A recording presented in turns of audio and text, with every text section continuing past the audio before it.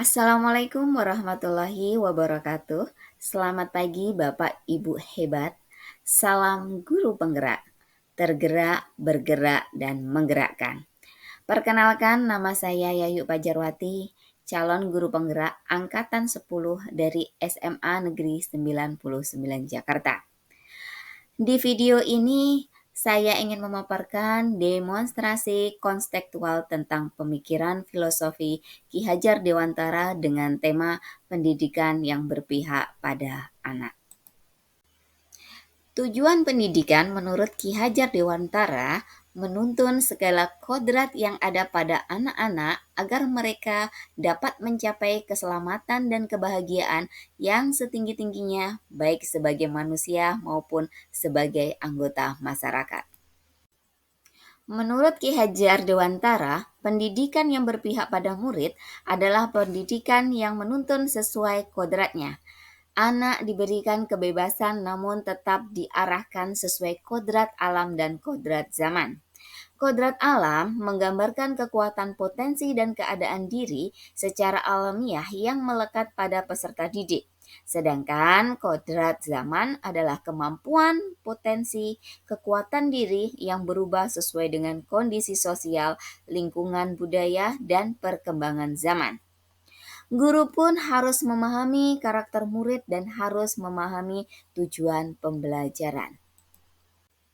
Hal ini agar terwujud murid yang memiliki kemampuan di bidang intelektual dan juga memiliki budi pekerti dan karakter yang luhur.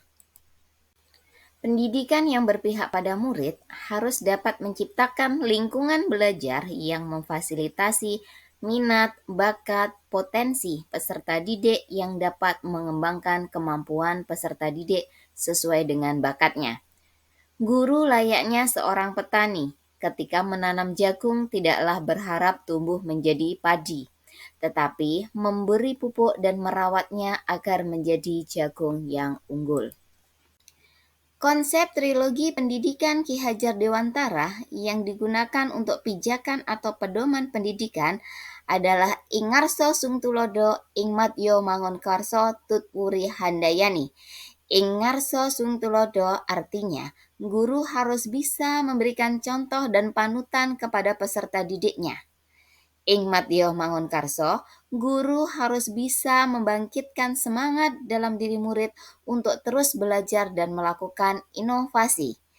Tutwuri Handayani, guru harus memberikan dorongan dan arahan kepada peserta didiknya.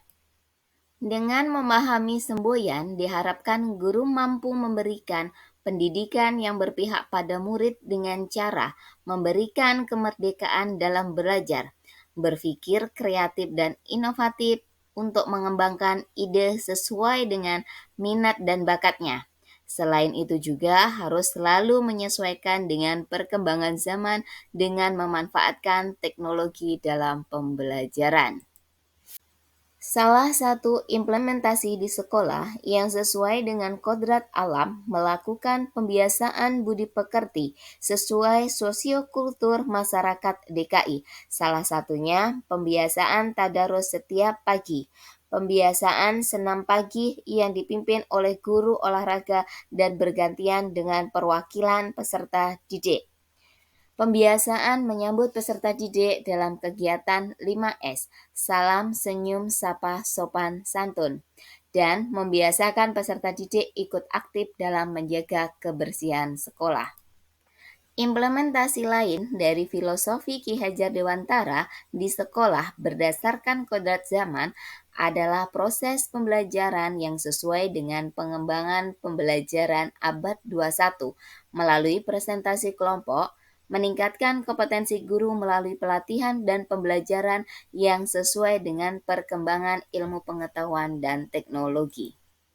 Implementasi lain dari filosofi Ki Hajar Dewantara yang ramah anak yang dapat diterapkan di sekolah adalah dengan mengembangkan minat, bakat, dan potensi peserta didik melalui kegiatan ekstrakurikuler, baik itu ekstrakurikuler silat, ekstrakurikuler paskibra, ekstrakurikuler PMR, ekstrakurikuler panahan, English Club, hadroh, dan ekstrakurikuler yang masih banyak lagi lainnya yang bisa diikuti di sekolah untuk meningkatkan minat dan bakat peserta didik serta melatih kedisiplinan peserta didik. Dalam mengembangkan filosofi pendidikan Ki Hajar Dewantara, ada beberapa tantangan yang dihadapi. Yang salah satunya adalah kurangnya motivasi peserta didik dalam mengikuti kegiatan yang diadakan oleh sekolah. Yang keduanya adalah kemampuan guru yang belum menyeluruh dalam memahami filosofi pendidikan Ki Hajar Dewantara, yaitu pendidikan yang berpihak pada murid.